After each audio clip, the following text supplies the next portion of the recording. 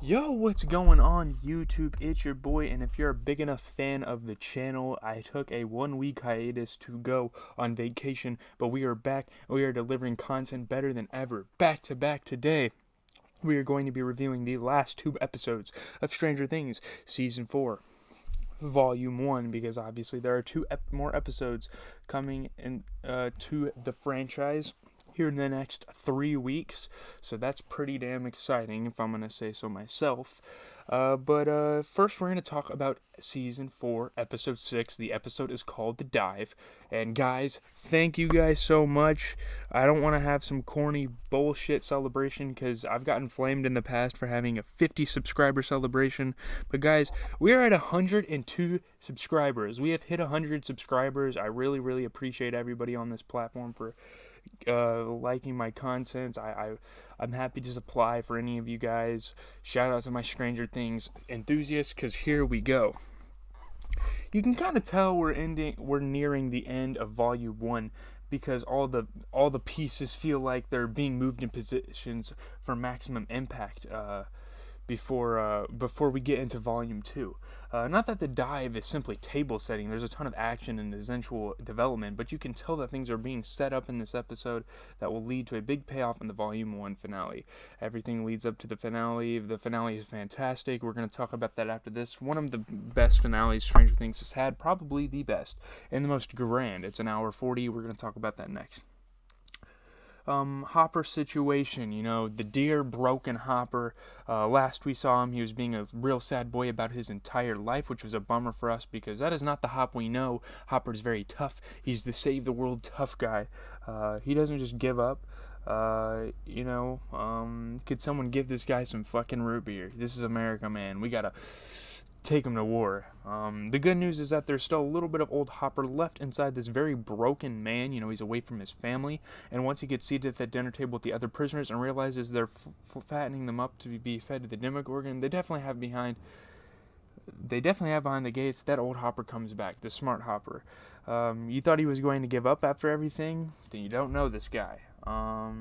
After he warns his fellow prisoners about what is definitely going to happen to them that night, he puts a plan into action. He knows the Demogorgon hates fire, so he nabs a bottle of vodka, starts a fight so that he can steal a guard's lighter, and he lets his friend Dimitri in on it after.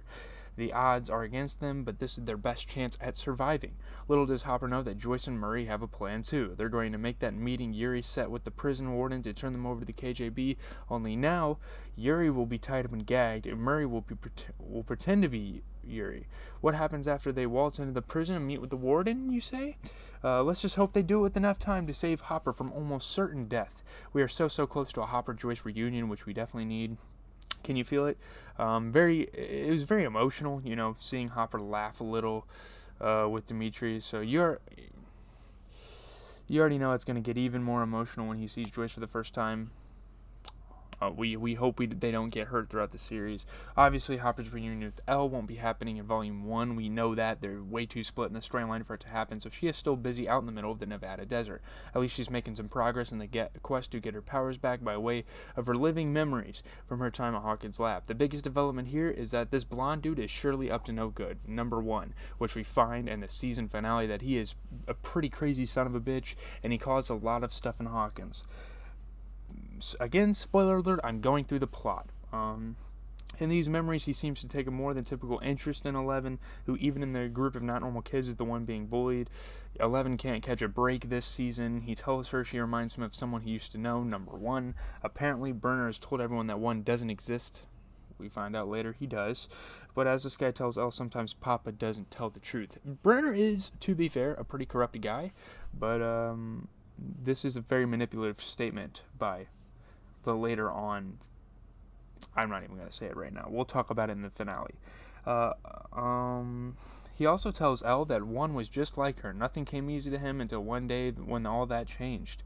1 told him that it was because he used emotion to get stronger. He thought of a memory that made him both sad and angry, and it worked. He wanted her to think of a memory like that. Maybe the one of her mother trying to find her and take her back. Okay, people are thinking this dude is 1 when this happens. He kind of has a vibe to him that, In another exercise with the group in which they face off against one another, 11 uses this very memory to beat 2. Not just beat him, she shows more power than ever and blasts him to the wall. Very embarrassing for 2, who has been the school bully for 11 throughout her childhood. Later, Elle sees the blonde guy getting punished and tortured by Brenner, who has caught on to his interest in 11. Back in the Rainbow Room by herself, 11 is confronted by 2 and his minions.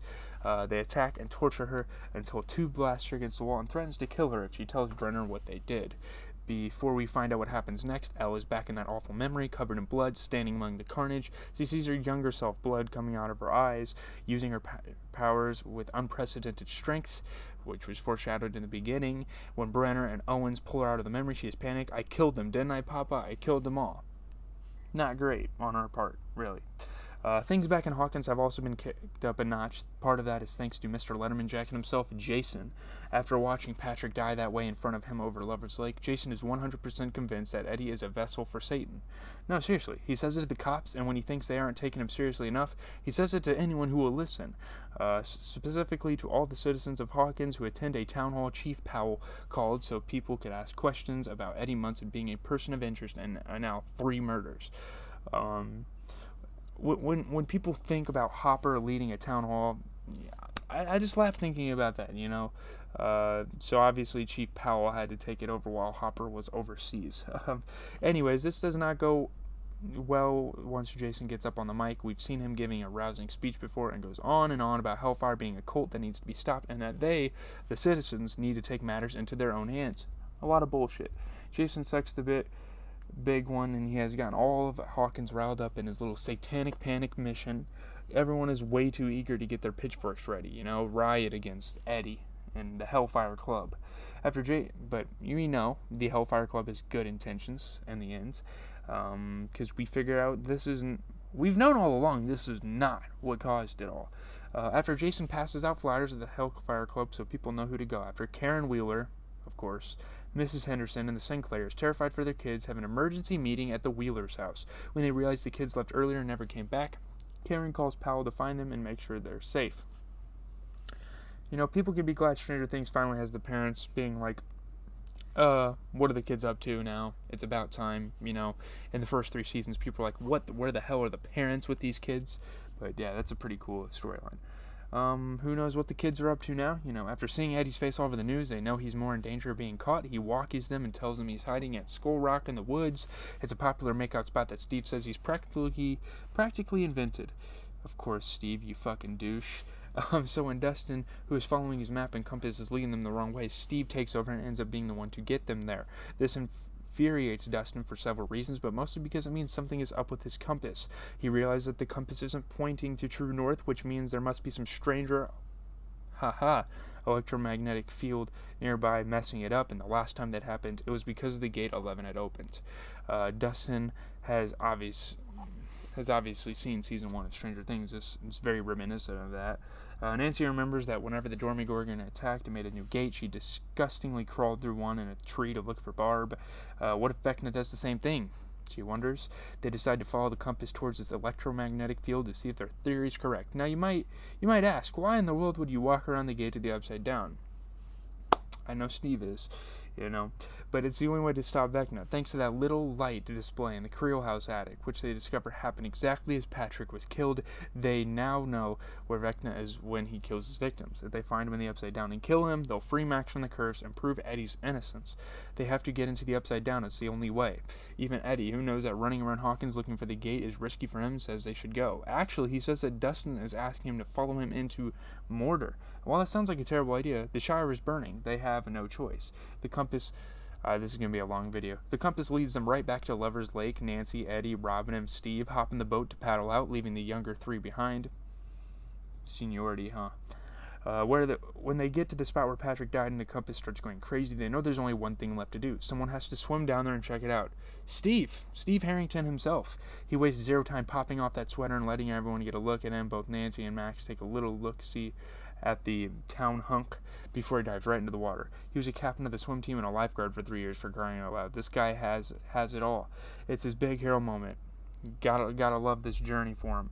Meanwhile, Powell and the Hawkins police have tracked the kids down. If they see Eddie, it's game over, so Max, Dustin, and Lucas try to distract the police by making a run for it, but they don't make it far. They'll be getting a ride straight back to the Wheelers. Now, that might be for the best safety-wise, but it means they miss what happens out on the lake. Steve dives down, and yes, he peeps an opening right where he expected. When he swims back up to tell everyone, he is immediately pulled back underwater by a vine from the upside down. It pulls him through the gate where he lands in a completely drained Lover's Lake and is dragged around. And then, I kid you not, Steve starts getting attacked by what seems to be Demogorgon bats. Demobats? Where's Dustin when you need him? They strangle him with their tails and rip into his sides with their Demogorgon teeth. Back in our dimension, Nancy dives right in after Steve. Robin follows, and Eddie doesn't want to be the only one left on the boat, so he jumps in too. Hopefully they can swim fast before Steve is in mortal danger. Okay, now I hate Steve's journey. It's starting to go down. Somebody has got to save Steve Harrington, and we're going to see in episode 7 if that happens. That's the cliffhanger. Steve Harrington's struggling in the Upside Down. New creatures are introduced in the series, as was Vecna at the beginning, and we will figure out in episode 7. Yes, I watched 2 episodes in a row. The night of Game 1 of the finals, and actually I got to talk about the NBA Finals later tonight. That's another video coming tonight. We have like 4 more videos left to make today, and they're all pretty damn chunky videos. I will tell you what, we got to cover like pretty much 2 weeks of content, a week and a half, whatever you want to say. We got to cover a lot of content for you guys here. Stranger Things came to a close. I watched it all. I'm here to review it. We're also going to be we have another Stranger Things episode, possibly 2 Breaking Bads, Post Malone album review. We have weekly track review, and NBA Finals. We have 6 more episodes for today, guys, so buckle up. This is going to be a fucking journey on this channel. You guys are going to get all sorts of brand new content. I'm going to be starting new things. I got to kind of catch up on a lot of stuff, but hey, Stranger Things, episode 6, let's move on into